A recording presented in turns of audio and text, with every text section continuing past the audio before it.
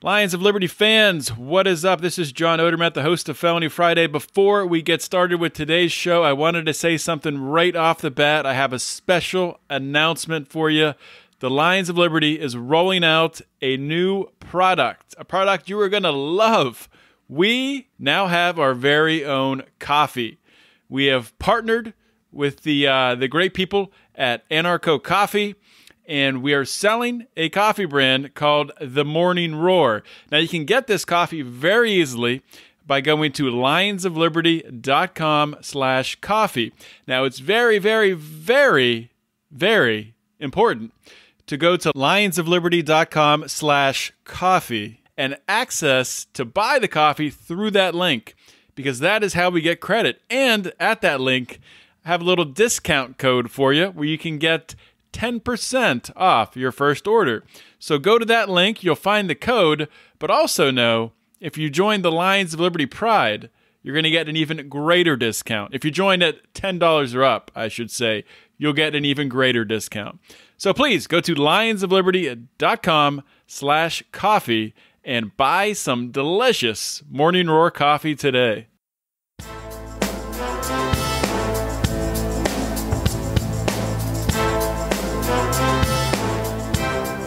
Welcome to Felony Friday, a presentation of the Lions of Liberty podcast.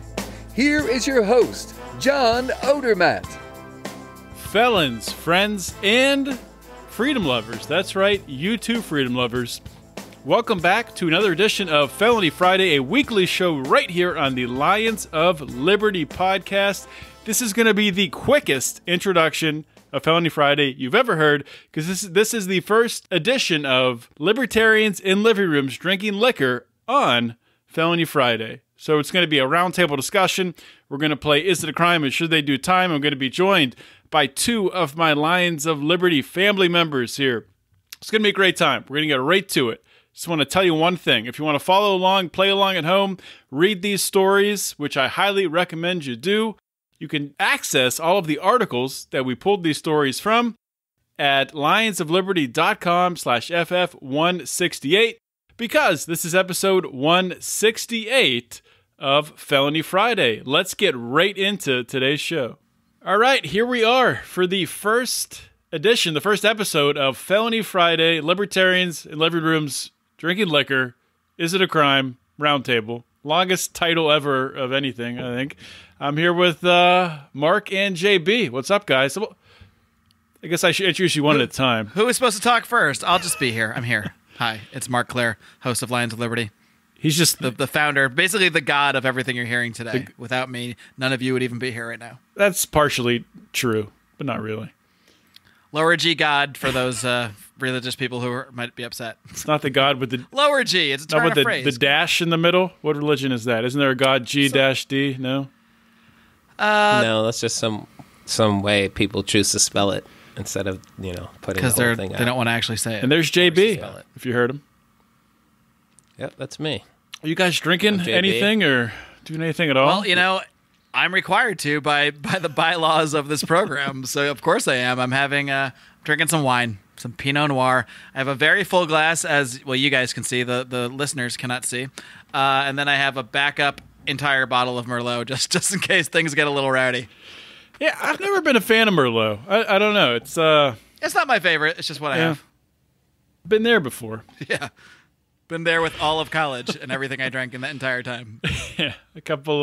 This isn't my favorite, but it's here. I think I've seen you with a box of wine or two in college back in the day. Well, those actually were my favorite, so that doesn't apply. Boxes of wine are amazing. We should probably drink a box of wine at Porcfest. That's the worst idea ever. That's probably a bad idea. Yeah, that's what makes it fun. Forget the whiskey challenge. The wine power hour challenge. That's what I want to bring back to Porcfest. That's definitely a bad idea. That's the worst idea ever. When you say bad, all I hear is great audio. Or bad audio. You should link to, my whole goal here is to give you things to link to in your own show notes and create more work from you. You should link to our Porcfest actual podcast in your show notes. I will. And now you have to, because I said it. That's the one when Brian talked the entire time, right? That was pretty much what happened. That's a good amount of it, yes. And how he talked for one sentence when he woke up in the middle of it. And That's because he didn't shut up all day. It's hard to. True. Well, I guess he shut up when he passed out in the U-Haul, but that was about it. Anyway, that's a good time to transition to a quick promotion of Porcfest because I believe just till the end of March, there are early bird tickets still available. So I do encourage you all to come meet us at Porcfest because we're going to be there doing Lions of Liberty type things, recording podcasts, maybe giving a talk or two, hosting a beer pong tournament. This is all going to happen at Porcfest. I believe the entire dates are the 18th to 23rd. We'll probably be there just the last 3 or 4 days of that. But come join us and have fun and get early bird tickets because tickets will never be lower. I am shilling for you for free right now, Roger Paxton, for free. Free from the government. So, JB, are you drinking anything? Did we talk about that? No, I've actually got 2 drinks. 2 drinks? I've got an IPA from Brooklyn Brewery. It's pretty good. That's all right. Standard IPA. And I actually got some Balvenie 14-year peated triple cask. And I got this actually on the airport. I came back from Montreal last Friday, as you guys probably know, and nobody else does. And I told myself I wasn't going to get any whiskey at the duty-free. But then this bottle caught my eye, and I'm finally tasting its sweetness. So if you have to tell yourself you're not going to buy whiskey, odds are you are buying whiskey. Every time I pass a duty-free, I generally leave with at least 2 bottles of whiskey. And I feel like I don't want to fall into that habit. Be more spontaneous. Well, it's probably a lot. I mean, what is the price difference? Because you're in Pennsylvania also, and I know like our state jacks up liquor prices big time. Like, how much do you save Speaking of crimes, on a bottle? That's the thing. I don't even know, and I don't think I even care. I think it's just the fact that it's there in the middle of the airport is why I have to buy it. That, and I find a lot of bottles I never see anywhere else. Probably because I live in Pennsylvania and things are limited. But yeah. I've never seen this whiskey anywhere, and I felt like this is my only chance to get it. So I grabbed it. Bring a bottle to Porcfest. Sounds like a good idea. Well, I have to fly out of the country first, but... You know, the pride will pay for that. That's no problem. Just fly you up to Canada and back. All right, so what are we here to talk about? Felonies? Criminal justice reform? Maybe some marijuana? Want to talk about marijuana? Let's start off with that. Why did you look at me when you said that on the video? How could you tell I was looking at you? I could feel your eyes on me.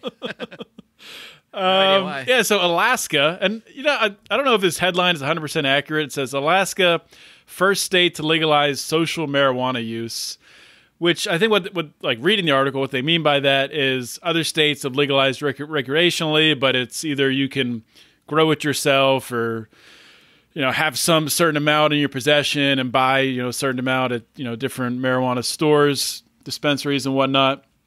But most of I think in California, Mark, you can't go to a place. There's not pot smoking coffee shops or things like that, are there?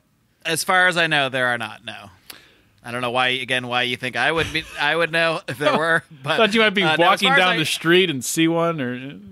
As far as I know, in California, as well as pretty much any state that has legalized marijuana, it's all put into a very separate, very tightly regulated, obviously this varies by state, but a very highly regulated sort of separate system that's separate from alcohol and separate from, regular whatever. So this thing in Alaska sounds pretty revolutionary in the sense that, of course, you still need to be a licensed dispensary. That hasn't changed. But other than that, this is about as close to unregulated legal marijuana as we've seen in any state, or at least it's the biggest step towards that.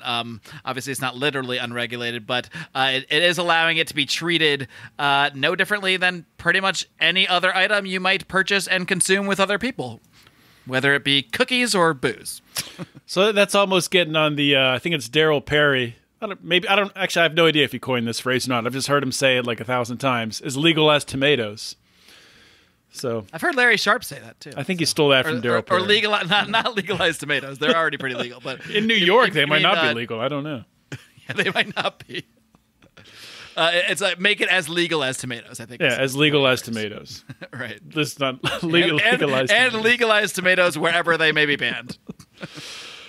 New York probably does have illegal tomatoes. Oh God, New York is such a mess. But JB, what are your thoughts on this? I mean. Is this something that you think we'll see more of now as more states legalize? Definitely see more of. This article brought it to my attention that there wasn't a place where you could gather and socialize. I guess I kind of took it for granted, not living in a legal state, that you have a dispensary, you could probably have a couch or two on the side where you could light up, seeing that, it's legal and everything. But apparently that's not the case. And Alaska seems to be the first one to actually put this in the law to say that, yes, you can have a social area for people to get together and smoke. It's kind of like you can't drink at a liquor store, but you can drink at things called bars. Well, now they're making basically the equivalent of marijuana bars. Basically. Yeah, exactly. Mm-hmm. The one thing that raised my eyebrow a little bit was that apparently they have weed limits, 1 gram of weed per day or 10 mg edible, so you can't just sit there all day, I guess. You're talking about like inside the actual establishment? 1 gram. Yeah. They're only allowed to serve you 1 gram a day. So either you go with a whole group of people and you can each buy your own gram, or you have to have a pretty low tolerance to stay there for more than like an hour or two. Or you go to hang out and buy your 1 gram, but in your pocket you have a bunch more. It's like when you go to the movie theater, I'll still buy your snacks, but I might have something else in my pocket too. Who knows? So does that count? Like if you were just to go there and leave, could I like walk in, buy like a quarter, walk out, turn around, and then sit down and say, I'll have my gram and have that quarter in my pocket from like 5 minutes ago? It's like bringing a flask into a bar. I mean, just if they don't see it. This sounds pretty unenforceable. Or maybe not unenforceable, but like it will be unenforced. It sounds like it's sort of it's sort of there just for like insurance reasons maybe, but I can't see. It's like, hey, don't drink too much. But like you're saying about the bar thing, although there's not like an actual number of drinks you're not supposed to give people, but there is a general like you're not supposed to get customers so drunk that they kill themselves kind of thing. So this sounds like a weak ass version of that. In unrelated news, I just booked a 3-week vacation to Alaska. So, wow, Did you really? I don't know. I hope that's true. No, I made that up.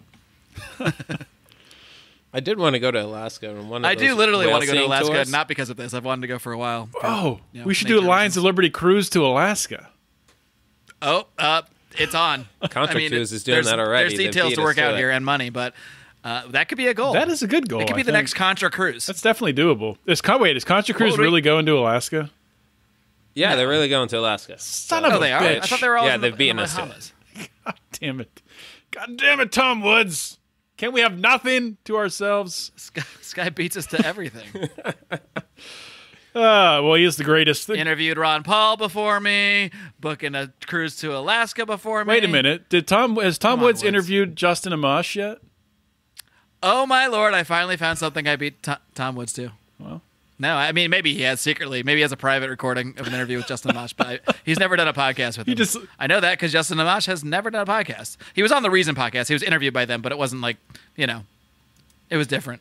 It was like a sit-down interview that they put out as a podcast. I would say that's different than... It was cool how he said, like, one of the first things he said to you was like, no, I guess that was towards the end, actually. He's like, yeah, I'll come back on because we talked about being on longer. I thought that was cool for him to offer that up. Hopefully he does. So, yeah. Look for Justin Amash Part 2 in the future. By the way, I interviewed Justin Amash this past Monday for those. You couldn't tell from the conversation. Yeah. Something else you got to link to in your show notes. It's going to be the worst or greatest show notes page ever. It'll be at lionsofliberty.com/FF168 because this is episode 168 of Felony Friday and the first ever Libertarians and Living Rooms Drinking Liquor Felony Friday episode. And I think I forgot to say that I'm drinking Guinness. So little delicious, post St. Patrick's Day Guinness. Should we go on the Contra Cruise to Alaska and record podcasts on it? Can we just hijack it and call it like the Lions of Liberty Cruise? We'll bring a separate banner that we just unfurl over it. I don't know if that's anti-libertarian or not. If we hijack it, we won't literally hijack it with weapons. Is there a nautical term for hijacking, or is it just called hijacking? We would be pirates, right? Pirating. Is hijacking a nautical term? It might actually be nautical now that I think about it. Okay, here's the plan. Everyone take off the week of July 5th to July 12th. Our Patreon supporters, which you can find more about at patreon.com/Lions of Liberty, will pay for our regular tickets to the Contra Cruise, and then we will secretly take the cruise over and make a bunch of podcasts. By secretly, meaning we will promote it ahead of time and let everybody know, then just do it. Yes. This is the ultimate punching up, is trying to take over their cruise, publicly and openly. I love it. Actually, I think we should probably do it, but we can talk about that more after the show. Okay. So next thing, we talked about something fun. Legalized marijuana, getting better. That's great. Progress forward. Now something not so fun.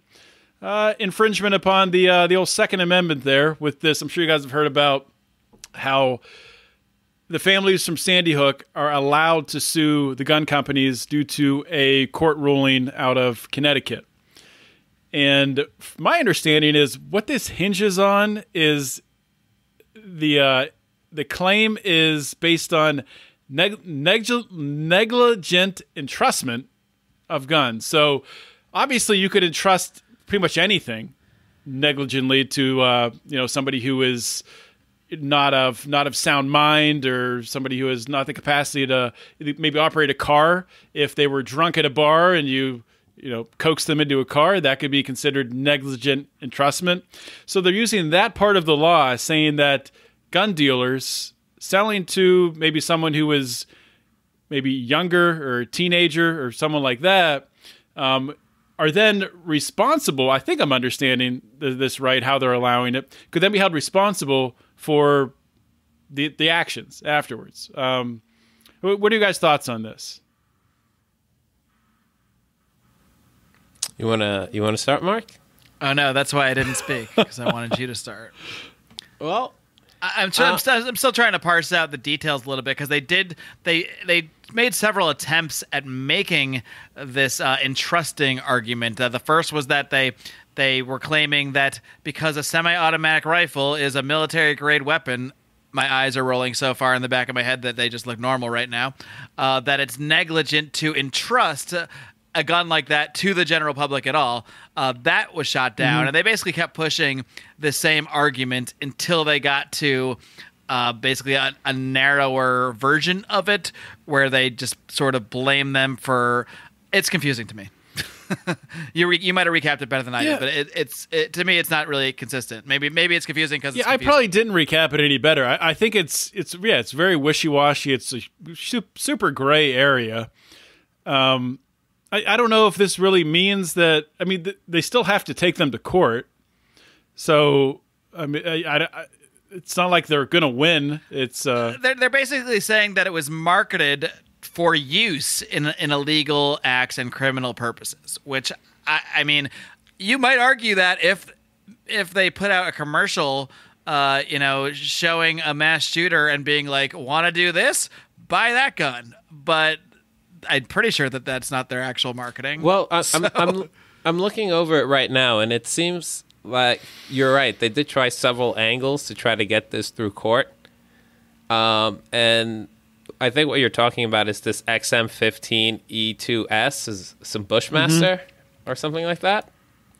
And they're claiming that the company itself promoted use of the XM15E2S for offensive, assaultive purposes, specifically for waging war and killing human beings, and not solely for self-defense, hunting, or target practice, et cetera, et cetera, et cetera.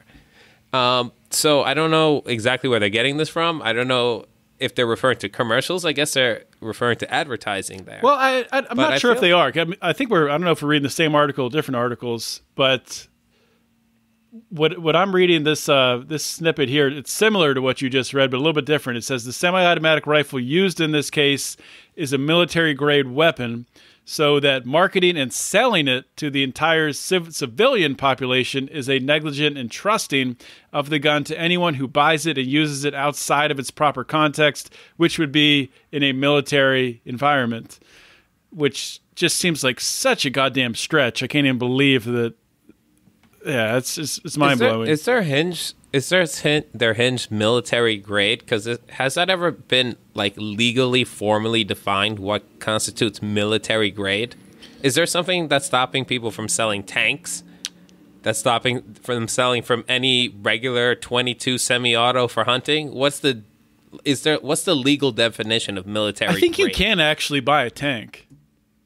A functioning tank.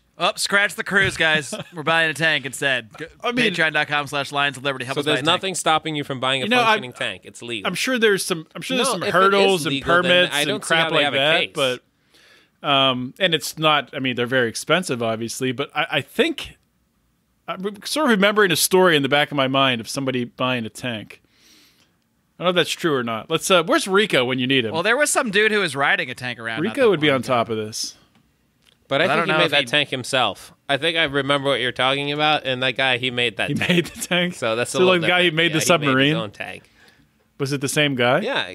If you make it, I don't know, like, how are they going to stop you?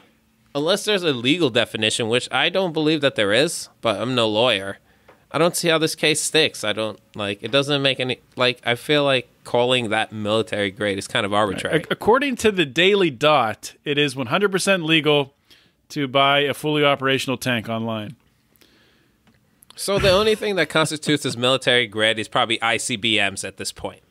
I can't see any private person needing an ICBM. So, like, other than that, like, I don't see what this case is hinging on. I certainly don't see how it has these potential huge ramifications for the entire gun industry, because I don't think this case is going to go much higher in federal court. Yeah, it'll be interesting to see where it goes if it does go to the Supreme Court.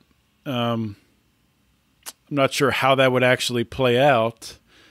I guess it would have to go. I certainly have no illusions that the Supreme Court would entertain what I've seen in this case so far. Then again, I'm not a lawyer. Maybe these guys have worked some legal magic that's like ironclad based on how the laws are written now, and I just don't see it. There's a lot of caveats. Yeah, I'm not going to lie to you. I've kind of gone down this buying a tank path, and I've totally forgot about what we're talking about. And it is so. So how much are they? So you could buy a tank in the U.S. You can own a tank in the U.S. and it can't have operational guns if the owner has a federal destructive device permit, and state laws don't prohibit it. So probably in Texas you can own a tank because you can own anything in Texas, I think. Oh, so the federal government doesn't prohibit you from having a tank with working guns. Right. It says, but you just need a federal permit. True. Yeah, federal permit, and then state laws would have to not prohibit it. And permit? Obviously, tanks are generally not going to be street legal. You can't drive a tank on a street, so you have to have your own property to drive it on and whatnot. But yeah, you could buy a tank. We could buy a tank. I don't know. Just throwing it out there. If you had a lot of land, it'd be an easier way to, chop trees down. You can just shell them and then collect the wood afterwards. Also be an awesome time. I would love that. Any other thoughts on this, Mark? You look like you're deep in thought, or maybe you're not deep in thought. I'm just on Netflix, actually. I'm watching Game of Thrones now. Pulling a Rico. My thought, I do have a thought. My thought is that if you can build it, you should definitely be able to own it. So if you can build a tank, 100%. you should be able to own a tank. And that is why, and that's not why, the reason why is individual rights. But anybody can build any gun. I mean, not anybody. You have to know how to do it. But within reason, with at this point, just a YouTube video and a couple trips to the hardware store. Maybe just one trip. I said a couple trips because I never make one trip anywhere. I always forget items and have to return back and all that sort of thing. But if you were very 100%. Organized and were able to do it all in one trip, you could probably build almost any type of gun at home. So this is why making it illegal, making any sort of gun like that illegal, not only is it immoral from an individual rights perspective, but it's just silly because the only people that are going to truly be barred from these items are the people that go through legal markets, whereas the black market will produce and distribute these items to the wants and needs of the masses. So it seems irrelevant in general. Not that we need to go too deep on guns because we all probably agree. But we can go a little deeper on tanks and nukes and as far as you want to go on that, because I think there is actually an interesting argument at some point on this spectrum. I don't think guns are it. But I think there's a point somewhere down the road. Well, I think there could be, yeah. I think I see where you're going with it. So you're saying if you build it, and I think I agree with you. If you build it, they will come. Well, now we're getting down to the Mandela effect. Apparently, he didn't even say if you build it, he will come now. Yeah. Okay, so I think I know what you're talking about. Let's say a person like Elon Musk. He has the wealth and the technical, capital, I guess, people at his disposal to actually build ICBMs if he wanted to. Mm-hmm. He could build his own intercontinental ballistic missiles with warheads if he wants. Maybe he has. We don't know. Do you think there's a reason why he should legally be allowed not to? Well, I think ICBMs are a little broader than I was going to go because, so that's the first thing that came to my head. No, maximum discretion. You got to start at I don't the know top. any way that That's a hard word to say. Try saying negligible. Negligible. Intercontinental ballistic missiles are basically only meant to carry nukes. Is that right? I mean, that's why they exist? I think they can carry conventional payloads. Sure, but that's why they get built by major nations. But so they're they for can point, nukes. It's so they can credibly point nukes at each other. Yeah. Right. But yeah, you could put any warhead on there conceivably. Okay, well, let's do both things then, because I can picture a world where, where using missiles is legitimate, just in general. Obviously, governments all over the world have missiles, but to me, I'm going to apply the same standards to government as I do to individuals. So conceivably, I can conceive of a world where certain people are having missiles pointed at them of some kind, and a good defense against that might be another missile. Now, I do think there is a point where a weapon cannot be confined to a target. So there might be a legitimate target with a missile with, say, a conventional payload that you're responding to in a defensive manner. Maybe someone is firing missiles at you. You're Elon Musk. You have a little compound somewhere. Someone is actively, literally just shooting missiles at you. So you take your much bigger, much better ICBMs and you fire your missiles at that exact location. I would call that like a legitimate use of a missile. Yeah, it's like if somebody pointing a gun at you. I mean, you are then, even if they don't pull the trigger, you are, I think, allowed to defend yourself under the non-aggression principle. They're just bigger guns, right? Well, yeah.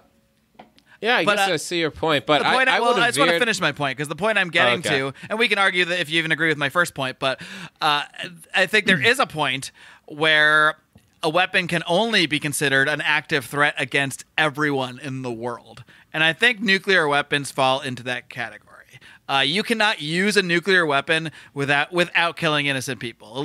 Now, I'm not talking about maybe newer nuclear weapons that are targeted, and I don't know. But when we talk about nuclear weapons, the Hiroshima, boom, boom, destroy cities nuclear weapons, I can't think of a legitimate way those could ever be used in defense where they're not just blatantly killing masses of people. That could never be a legitimate target in a defense. And that was a part. I mean, that was a part of their intended use, was to kill innocent people in order to in order to end the war. Exactly, which is another reason I think that now applying this to the real world obviously becomes much more difficult, because I think morally it's wrong to own, exist, create nuclear weapons. How do you actually, in our modern society, morally enforce that? Because you can't really stop anyone from having them without shooting weapons at them, and and morally in the sense that the United States has them, so can us as Americans and people under the government of the United States credibly claim other nations shouldn't have them in the context of the fact that we do? That's where the conversation gets dicey. But from a pure libertarian perspective, I do think there is a libertarian argument to be made that even possessing and not using certain weapons, or like, for example, maybe not taking nukes off the table for a second, like let's say if you are living in a neighborhood of like 10 houses and you are very dangerously storing explosives next to a heater and matches and gasoline. Maybe you're cooking meth. You haven't shot anything at anybody, but you've created a situation that is so dangerous that it may as well be considered an active threat, and your neighbors would have the right to go, take your shit down and stop you. Well, I think there's a lot of libertarians who would disagree with you on that. I know, but they're wrong. So. I mean, I would say the same thing, because I mean, the argument that I've got in, or discussion I've got in with libertarians on this, is when you talk about, say, if somebody builds their own nuclear reactor, we're talking about if somebody builds it themselves, then it should be legal. But yeah, I think you do get to a certain point, if you're putting other people in jeopardy and at risk, that's almost an acts of assault on anybody who's within the range of if you do have an accident. So it's hard to, I think it's hard to figure out what sort of mechanisms you need in place in order to under libertarian principles, under property rights, if you do want to build a nuclear facility and have the consent of the people that could be impacted by it. And I know we're talking about two different things with nuclear weapons and nuclear power plants. Nuclear power plants, much more contained and less of a chance of having. Those are two hugely different. Yeah, not even that evoke way different principles. Yes, way different principles. But if somebody built a small modular nuclear reactor next to my house here, I would not feel comfortable with that. But why wouldn't? Well, you? I would have to know the processes and the safety. You have to know, that he's following all reasonable and accepted safety precautions that would be required for generating nuclear power. I mean, even though it's on his property, if it were to explode, I would be, be done. I would be affected, of course. Radiated to death. But so it's a fine line there to figure out. Maybe superpowers, though. But is there a way for him to convince you? What if he were to, hire someone? Let's make a YouTube video of how everything works. That'll be good. No, if he hires someone to inspect the place and the inspector says it's good, are you cool with that? Perhaps if that someone is a credible free market regulatory company. No, you'd be okay with that. I can't sit here today and say the level of what I need in order to be okay with it. But yeah, there's definitely a situation where I could be okay with it for sure. But there'll definitely be a point where you'd be okay with it. For sure. What about you? Are you not agreeing with that? In situations like that, I think in situations like that too, you could have, in a sort of free society or what have you, you might have the company going around and getting the approval of the neighbors and showing them why it's going to be safe and perhaps paying them a small fee for the inconvenience. There's so many different ways that we might not think about that in real life, in a possible real life, that companies would interact with individuals if we didn't have the government in between us as we do right now. It looked like you were going to say something before JB. Yeah, Me? No? I don't know. I'm just... What I would do in this situation, I'd probably be okay with it, but, that inspector would have to come through... the level of scrutiny on that inspector would be something I don't know if I'm capable of, reaching. I'd probably want to require my own inspector at that point. Maybe not so much trust theirs. I think things get muddied in terms of what people do on their own property that potentially has wide-reaching effects if things go poorly. I think that's seriously an issue that gets muddied, and particularly because what we're talking about is just let's just say, reasonable risk. It's not even something that, even in a poorly run nuclear facility, they don't have meltdowns every other week. We're probably talking about a rare occurrence, but yeah, no, it just seems like something that would be more contentious than, to carry out than we would think without. I think ultimately the way it would be proven, it wouldn't the way the operating capacity of this little nuclear reactor that your neighbor buys and uses to power his house, or your neighbor it has to power the community, it would not be tested right there. Ideally, in a free market, it'd be tested somewhere far away, and all of those kinks would be worked out, and the technology would be proven, and it would be iterated and improved upon until it got to a point where you were comfortable with that little nuclear reactor to be placed in your neighborhood. Does that make sense? No, it makes perfect sense, and it makes perfect sense to me, but it makes perfect sense to you. I'm just worried about people who aren't such rational actors. In you terms because obviously no matter how much nuclear power is perfected, there's always going to be a risk. And whether that risk will ever be small enough for certain people to be okay with it. It's interesting. I used to work, full disclosure, I used to work in the nuclear industry, so maybe I'm a little biased. I still think it's the future, or at least in some way it is. We definitely can't get rid of it and have a new Green Deal where we're only powered by freaking wind and solar. But why is to go into that a little bit, because why not? This is how we roll.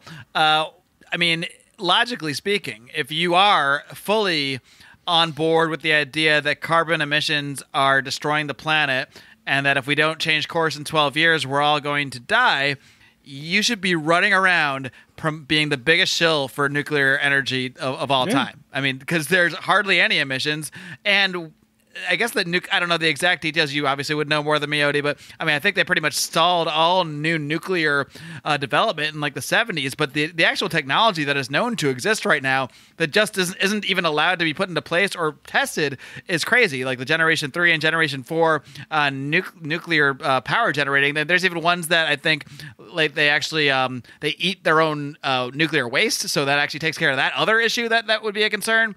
It's obviously to me, one of the best solutions to satisfy all problems associated with climate change or not. It's a solution to the power needs of a growing globe, and it's a solution to any issues that might be tied into carbon emissions. And yet, not only not a peep, but they still want to keep it banned. Yeah, I mean, I don't think there's any functioning right now in service that would eat their own fuel. But there are ones in service in China. The AP1000 design, which Westinghouse developed, and they were in process of building 4 reactors in the United States and in Georgia, and I think North Carolina. And those projects cost overruns, and it was just a shit show. But most of it went back to the state of the regulations here, just too hard to operate under, just too expensive. But in China, I mean, they're building them like crazy, and these fourth generation reactors, like you could not have a Fukushima event because they automatically cool themselves. There's not even need to have a battery backup. And with that being said, the Fukushima event could have been never would have happened if they just had the generators sitting up on top of the building and didn't have them on the ground. Never would have been a meltdown or anything like that. But anyway, it's just it's so weird to me that there's this bias around nuclear. It's like the nuclear industry never fights back; they just take it. But a dam breaks in a third world country and kills 5,000 people. Everyone's like, oh, well, that happens. Dams break. It's like, what? Yeah, that happened in Brazil a few weeks ago. Is that what you're referencing to? No, but I know it happens. It's happened in China recently. Hey friends, I got to take a quick pause here to tell you about another great libertarian podcast out there. It's called Free Man Beyond the Wall, hosted by the artist formerly known as Mance Raider, now known simply by his real name of Pete Raymond. And I gotta tell you, Pete is a machine. This guy brings you a new episode of his own every single Monday, Wednesday, and Friday, and he has done some absolutely fantastic in-depth interviews. He's had on everybody from Ron Paul to Thaddeus Russell to Phil Labonte, the lead singer of All That Remains, a very diverse group of guests, not always libertarians. He also did a great show with a Washington, D.C.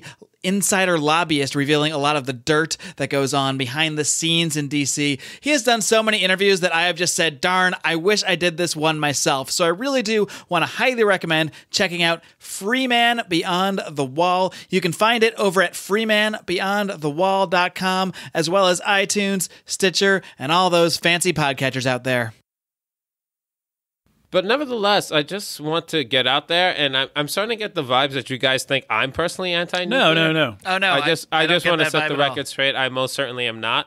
I don't know how that came across. I actually think this is it's a good progression. It's a stepping stone towards, more cleaner, efficient producers of energy. It's basically the stepping stone to fusion, I think. We'll work on fission. Again, like, that's perfect that you mentioned that. If you truly buy wholeheartedly into climate change, you should be pushing 100% for nuclear. And then as things progress, we'll figure out some way to deal with the waste while we figure out how to make fusion energy. I'm not anti-nuclear, but because I'm pro-nuclear is the reason why I took the position that I've seen a lot of people who are irrationally afraid of nuclear energy. And it's not so much a nuclear argument I was trying to place. It was a property rights argument. It's like, how much risk is too much risk when in our ideal libertarian world, like, what is the threshold of risk where your property rights start to get violated? Yeah, and ultimately this is why you need libertarian courts to sort it all out. Property rights-based legal systems to sort any kind of issues that come up out, because at the end of the day, there's the principles and then there's the nuanced situations. And at some point, even in the most libertarian property rights respecting of societies, where you could have 100% agreement on the concepts, and you're still going to get people that disagree with this is risky to your property and this is not, and you're going to need a system to sort it out. So, I mean, I don't promote coercive funding of anything, but I am in favor of having some sort of system preferably one that is voluntarily funded and voluntarily organized and all of that stuff. But I do think people, much like people like Bob Murphy, have surmised that people are going to want those services as well, and they're going to be created, and people are going to sort of subscribe to them because you're going to want arbitrary services, or not arbitrary, but arbitration services. You don't want arbitrary services. Some arbitrary services. I'll take them. Sounds good. Libertarians support arbitrary services at the end. That's my statement. But I think that no matter what the layout of society, even the most perfect libertarian society, you're going to need systems and third parties of some kind to sort out those kind of issues. I think another, and it's going off the rails, but I love it because this is still in the vein of Felony Friday and talking about laws and how they're enforced. JB, when you were talking about accepting risk and how much risk do you accept, I don't know how this will play out in the courts, or even if it will play out in the courts, or maybe in the backgrounds of some, I don't know, just a handshake agreement between government and these AI car companies developing, the software for self-driving cars. But I mean, they're going to have to program into self-driving cars to some degree, where they're going to have to make decisions to the point: do you hit a pedestrian or do you swerve into a school bus? I mean, like situations like that. And I don't know how that can, quote unquote, judgment calls. Judgment calls that human beings don't always make the right call. Nobody's saying that you are, but when you're hardwiring judgment calls like that into artificial intelligence, I don't know how you. Because then essentially it's still a human making the judgment call. It's a human making the judgment call in advance. True. Haven't you heard the news? They said even algorithms are biased because somebody has to write them. Right. So I guess how would that play out in? I guess that at the end of the day, these companies are going to try to minimize their exposure to lawsuits. I just can't see how that's possible. I mean, just by Well, with the self-driving car thing, only thing a self-driving car has to do is be less dangerous than a person. I say that I've been saying this a lot recently. Driving a car is by far, and not even close, the most dangerous thing I do. There's nothing in my life even remotely as dangerous as operating a motor vehicle. And I do it daily. All they have to do is do a little bit better than humans, and we're already on the right track. Humans fucking suck at driving. I agree with you, but don't tell that to Remzo Martinez. He thinks that, as soon as self-driving cars start taking over, we're all going to die. Are you already turning on a fellow Legion of Liberty Do member? No, we all hate each other. It's a known fact. Good. Wouldn't want it any other way. I don't know when we're going to have our UBI debate, but Remzo and I are supposed to debate UBI, and his thing, for the background people listening, he does support UBI in the context of all the other welfare programs being pulled off the table and UBI being put in place to save people like the truck drivers who lose their jobs from self-driving AI cars. But I don't know. I think that should be a debate. The Libertarians, we should be getting, I think, ahead of the curve on some of these things and start talking about them now, because, I'm in agreement with you, JB. Self-driving cars are going to change our very existence. I mean, something I like to talk about is just imagine the amount of time that you save when, instead of driving to work and actually having to drive your car, you can, I don't know, just eat your lunch casually and edit a podcast, or you can just do so much. You can do your work, so you're staying at work longer. It's without a doubt coming. It's without a doubt coming. Yeah, without it's here. I know several people that have just bought the new Teslas that the only thing stopping them from turning that feature on is it being legally allowed, and then they can unlock it. I mean, it's already built into the cars, the full AI. Really? Mm-hmm. New Teslas that are coming out, they have the ability. So why did the test, like the test ones for Uber, they have the huge contraption on top to drive with? How are these Teslas able to navigate 360 and? Got me. You mean huge contraption? You mean like what's controlling the self-driving? It's like a bunch of cameras. It looks like one of those Google Maps cars. Maybe it still needs other stuff put on it, but the software-wise, it's there.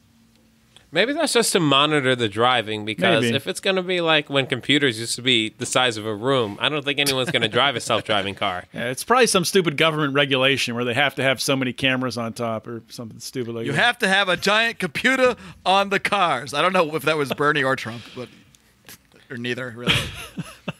It's like I started to do a Bernie and then I backed off and it just didn't come out Oh, right. man. I cannot wait for these. Actually, I can't wait because it's going to be... I know as soon as the Democratic debates start, I'm going to wish they never started, but it's going to be entertaining. I can't wait till Democrats start calling for a universal fill in the blank of whatever awesome thing capitalism just created.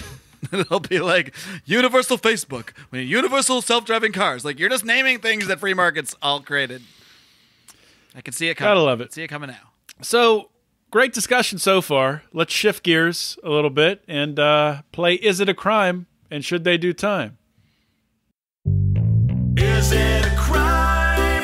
Should they do time? Or do you think they learned their lesson from a hefty fine? Is it a crime?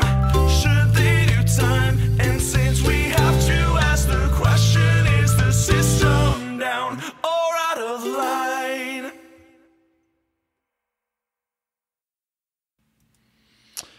There it is. Brought to you by Dan Smots right there. He made that little jingle.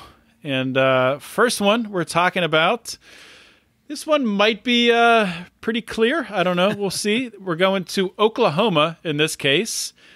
And an Oklahoma woman who had just been released from prison in January is now back behind bars because she was using a Tshirt gun like they have at baseball games, at basketball games, to shoot T-shirts up into the crowd.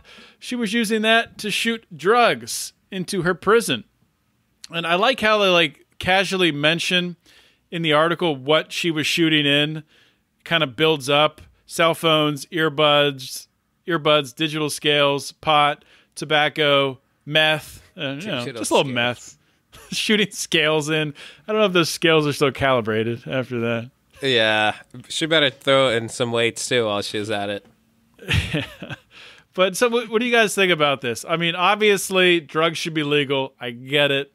But you have a prison. Obviously, other than the fact it's hilarious, what do I think about it? Only one word comes to mind for me, and that is hero. So no time. No time, no crime?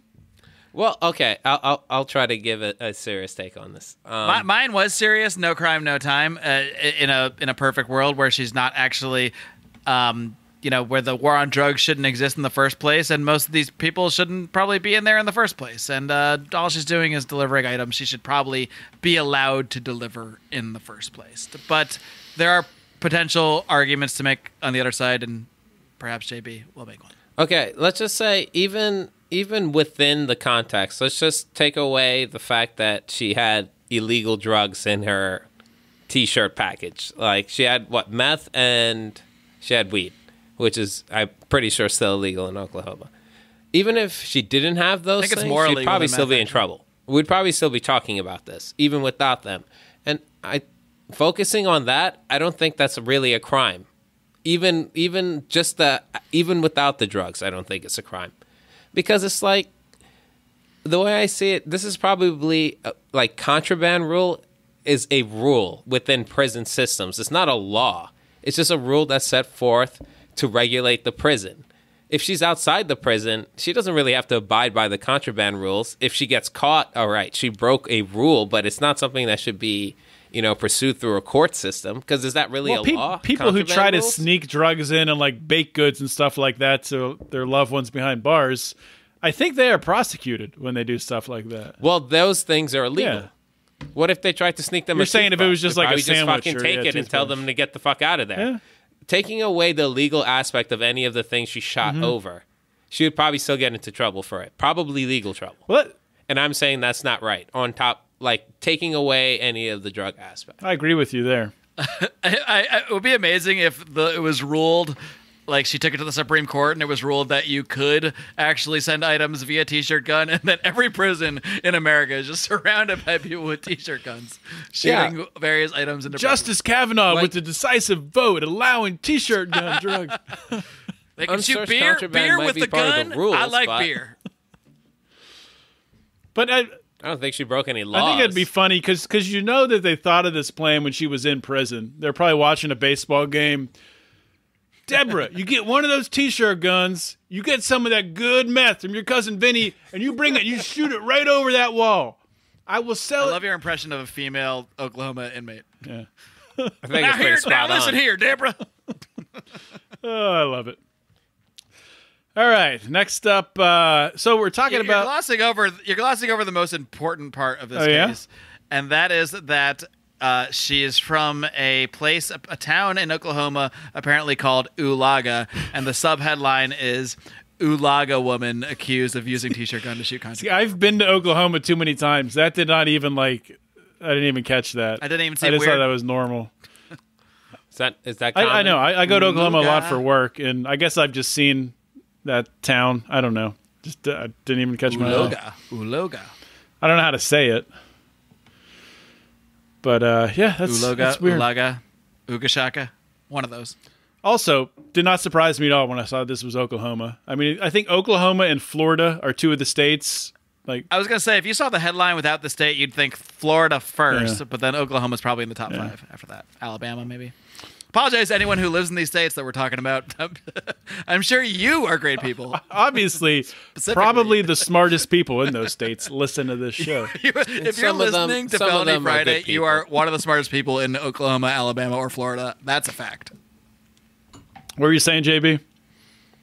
I just said some of them are good Oh people. yeah, some of them are good people. On both sides. We're not going to get into the fine people hoax. On both sides of the prison wall. All right, next up, we're talking about prison consultants, and friend of the show, RDAP Dan, actually had a hand in uncovering this little bit of fraud going on. I guess you guys can decide if you think it's fraud or not. So what this group out of Western Michigan was doing, a prison consultant group, and what prison consultants are a lot of the time, like Dan Wise, RDAP Dan, who was on the show. He's a great guy. He went to prison for, I think he was selling, basically running like a pill mill, giving people prescriptions and that stuff, and did some prison time. And once he got out, he learned, after going through the RDAP program, he learned that really there's some ways that if people do things a certain way, if they fill out their pre-sentencing report and actually put some thought into it and actually tell a story of why they're there and different things, then you can get into the RDAP program and make your shorten your sentence. What these people, not to be confused with RDAP Dan, the RDAP law consultants were doing in Western Michigan. That's the part that confused me, because I was like, wait, is that did he expose his own? Did he expose himself? What? That's your headline. RDAP Dan exposes himself. What RDAP Dan did, he had the person on the show, on his show, his YouTube channel, who blew this case up, and these RDAP prison consultants, or RDAP law consultants Western Michigan, were having people just tell blatant lies, say things like that, say they were addicted to a substance, or say that they were using drugs when they hadn't, in order to get into this RDAP program, in order to shorten their sentence, in order to get out sooner. So the angle I want to look at this is, so this is a government program, this RDAP program. Obviously, government laws have a prohibition on drugs. Should it be illegal to play the system this way as it's set up? Should it be legal to play the system? Like basically, Well, if you know let's you're just more lay it out. likely to get into the RDAP program if you say, "Oh yeah, I'm a big time Let's lay it all out. say I'm a big time alcoholic, saying or I'm a heroin addict, or Should it be illegal to pretend you're an alcoholic to get a lighter sentence? Yes, there you go. Well, there's two separate things I think here. There's the question of whether this firm, RDAP Law Consultants, is giving legal advice in our current context, and whether that should be fraudulent or not. And I would say if you're giving someone legal advice that, regardless of the morality of the actual laws, goes against them and puts them in harm's way potentially, like if you're telling them to lie, knowing that that's not legal, then I think you can make a case for fraud against them.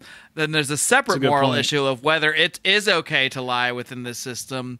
And that kind of goes to the, is it okay to lie to the cops issue? Like if I'm pulled over for, this is a random example, not associated with reality, especially because I live in California, so why would it be? If I'm pulled over and have marijuana in the car, for example, in a place that it's illegal, I'm in Oklahoma probably, and the police officer says, is there marijuana in your car? And I say no. Is that moral from a libertarian perspective? I would say 100% yes, because this officer is attempting to perpetrate a libertarian crime against me, an actual crime, as we would call it, by kidnapping me for not harming anyone, for possessing a plant. So in that context, I think it's very clear. In this context, I'm working this out as I go. I think it's probably okay to lie to get a better sentence, considering the unfairness of our system in general. Probably not advisable, though. JB? Well, I don't think, In fact, I want to amend my statement. Sorry to interrupt you. Maybe it is advisable. If you know it, you get away. If the system is such that all you have to do is say you think a certain thing or say you did a certain thing, and that's the extent of the check, and the original crime that you were in jail for is not considered a libertarian crime, I would say it's totally defensible, actually, now that I can think about it for a second more.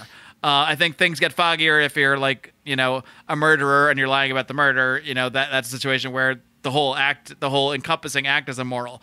But I would say that based on our current system, it's probably okay if you get away with it to lie your way into a less bad sentence, into less time in a cage. Yeah, I would say as long as everybody involved understands fully what they're doing and the possible ramifications of getting caught.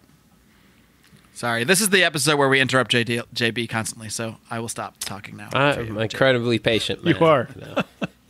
I want to see a podcast that's hosted by Howie and JB, the two most opposite. Didn't we come up with one? I forgot. I think, what do we call it? Let me finish. Yes, it's called. I think that's what on a bonus show. Another reason to join our Patreon. The podcast was called Let Me Finish.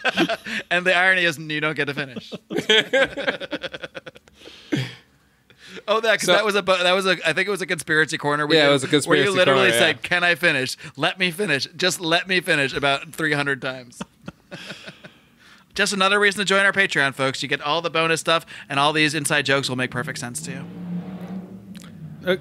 So, what was I saying? So, I'm kind of conflicted here, because it kind of runs similar to what you were saying initially, in that I don't ever think, my principles are, I don't think, especially if you're the defendant, I don't think it should be illegal to lie. I think self-preservation is one of the most natural of natural rights. Even a salamander has self-preservation. Especially some cases where they investigated someone, they didn't find what they wanted, but then they hit them with perjury because they lied while they were under investigation. I don't think that should be a crime, Lying to protect yourself is not really a crime. It's kind of like an instinct. And it's it's your responsibility as law enforcement to get past the lies and to the truth. That's why you're essentially charging someone with forcing you to do your job.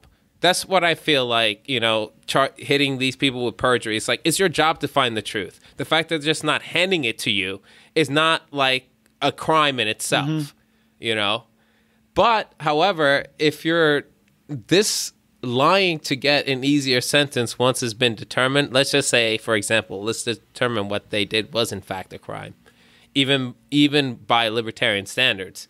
Now, in turn, to lie to get a lighter sentence, I feel that kind of throws my initial, ethos into disarray, whether this is morally okay or not. Well, to even twist this a little more, I don't think I realized this at first, but I think the beef here, the main beef, is that this woman is saying she was bullied into doing these things and coerced into doing them, which I would say that would clearly be a crime. Most certainly. And even by our regular context and regular law, let's just say traditional law, they're giving these people money and they're lawyers, so by then they're attorney, and your attorney is not allowed to instruct you to do illegal things.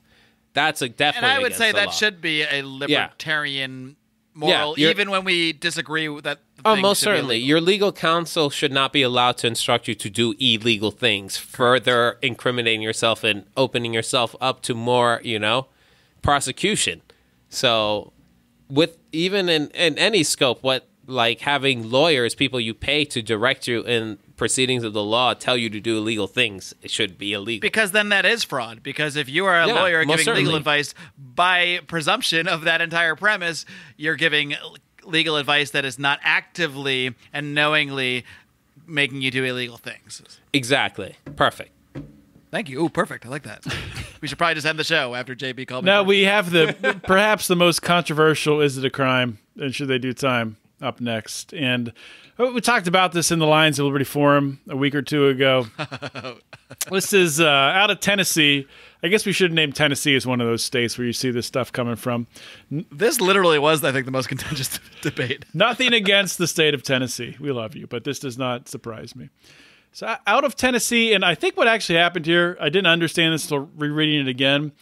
I think that the woman, so there were two people in this delivery car.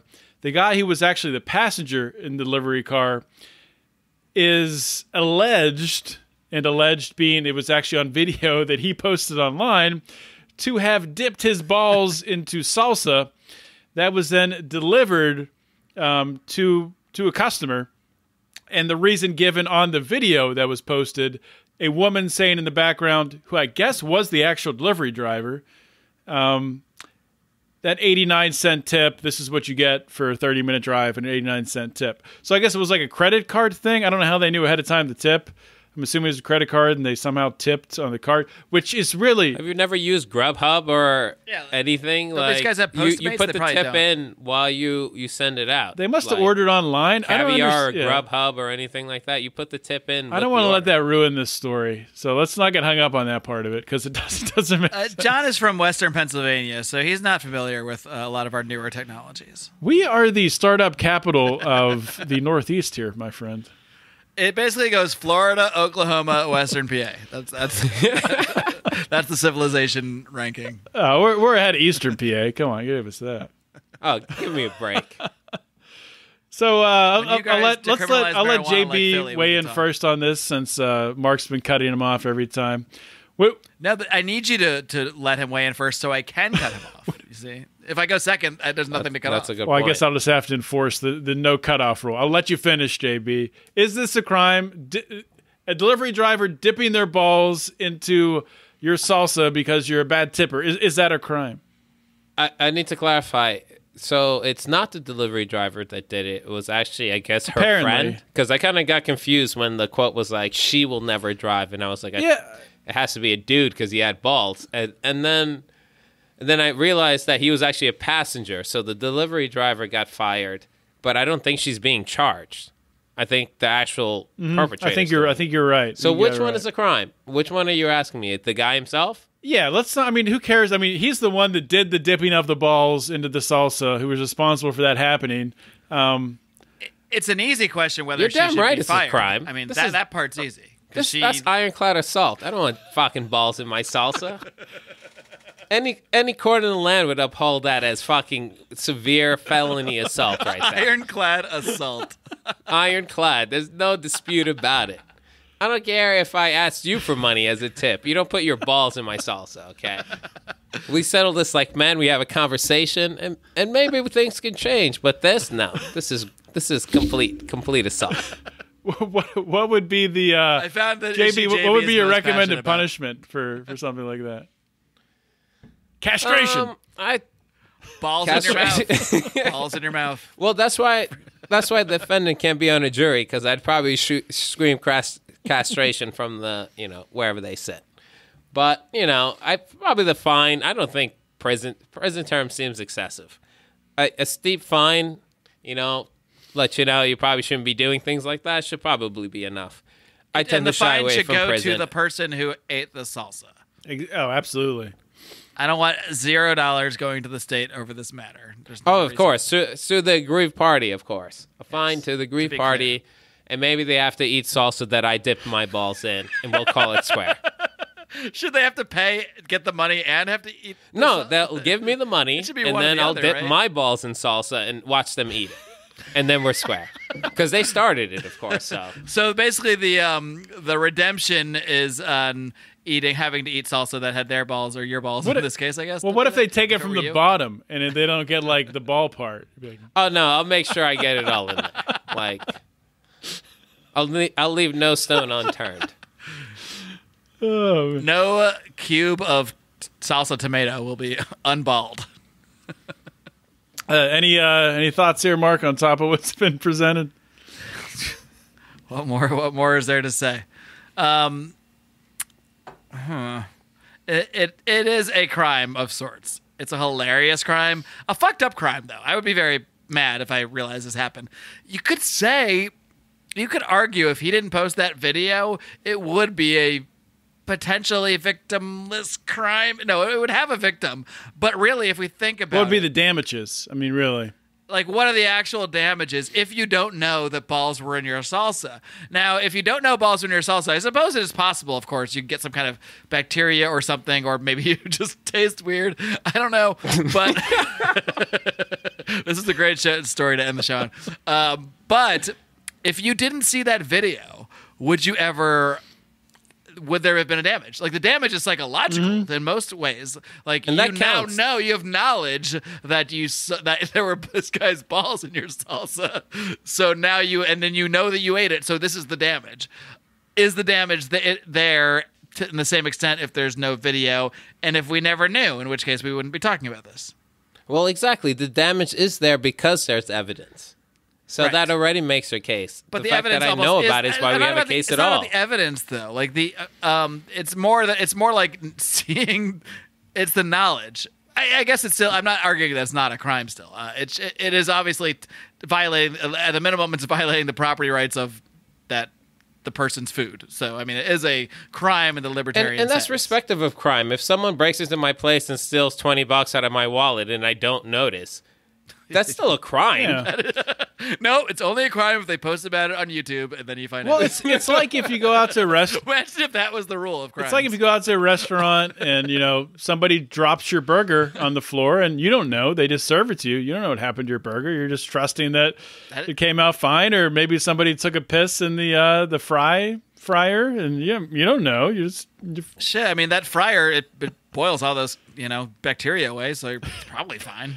And you're in sterile, so it's probably okay. I guess my point is that potentially the actual damage is mostly psychological. Like, is there a physical harm that came to this person? No, I'm not arguing it's not a crime. It is. But I'm just saying when we're talking about the extent of the damage, I think the knowledge of knowing this dude's balls were in your salsa is probably far more harmful to like your psyche than it actually is to your physical. And I think that's why JB's punishment is perfect. Because it's giving the same exact psychological mindfuck back to him. So it's... Yeah, and even worse because you know as you're eating it. I don't know. I think that's worse. That would definitely be worse. That's definitely worse. That's definitely worse. That's like, it's not even close. Like, what are you thinking about? That's way worse. Somehow I think this has to result in some kind of physical challenge at Porcfest. I'm not saying we dip our balls in salsa. I'm just brainstorming. All right? I'm just saying, though, don't eat the salsa at Porcfest. That's what I'm saying. Oh, well. Well, this was a... Anyway, I'm definitely not eating salsa at Porcfest. That's the only thing I've learned from this. I'll tell you what. I think this was a hit. The first Libertarians and Living Rooms Drinking Liquor Felony Friday. I think so. It went off pretty well. Pretty good. So, I mean, let us know your thoughts if you guys enjoyed this. We're doing this, obviously, for each of our shows each month. Obviously, Mark's done it forever, but Brian's going to be doing one as well every month and one on Felony Friday every month, this roundtable format. And join the Lions of Liberty Forum. If you haven't yet, go to Facebook and punch Lions of Liberty Forum in that search bar at the top to join. And if you... have been listening for a while and you like what you hear, you like the banter back and forth, and you keep tuning in, it would be really cool if you thought about joining the Lions of Liberty Pride by going on Patreon. And actually, you don't just go on Patreon. You go to patreon.com/Lions of Liberty. And you could just go on Patreon. Go on Patreon. Just pick any of the patrons there, and it'll be good. Just donate to someone. We don't even care. But yeah, pick us. We would like that very much. And pick a level that you're comfortable with, and you'll get some free shit. You'll get access to our bonus content. We've talked about a bunch of it here tonight. Conspiracy Corner. Honestly, I think Conspiracy Corner, some of the episodes you guys have done, it's normally it's normally the two of you, and Rico's normally on. Howie's on sometimes. But those are some of the most. We always have Rico because he's our lead researcher. Yeah. So, and I don't. Rico's research, a must-have. And I always try to make it. I'm probably on most of them. Yeah, it's one of my. Yeah, well, almost JB's all of supposed to them, be I our think. resident skeptic, but he ends up agreeing with me half the I think time. I've only missed like maybe one. Yeah, you're definitely on most of them. Good crew we got. It's one of my favorite podcasts. I wasn't on is Bill Hicks, Alex Jones. That's the one I like Conspiracy it Corner the I best knew I wasn't because on. Brian's never on it, so it's really nice and peaceful. There's no yelling. It's nice, yeah. I joke. We love you, Brian. You don't. All right, so we're going to wrap this puppy up here. Thank you guys for coming on, making this such an awesome, entertaining, fun episode. And that's a wrap. This is John Odermatt, JB Lubin, and Mark Claire, all signing off. Live long! Boo! And live. You're booing your own fellow podcast. Keep your head up, and the fires of liberty burning.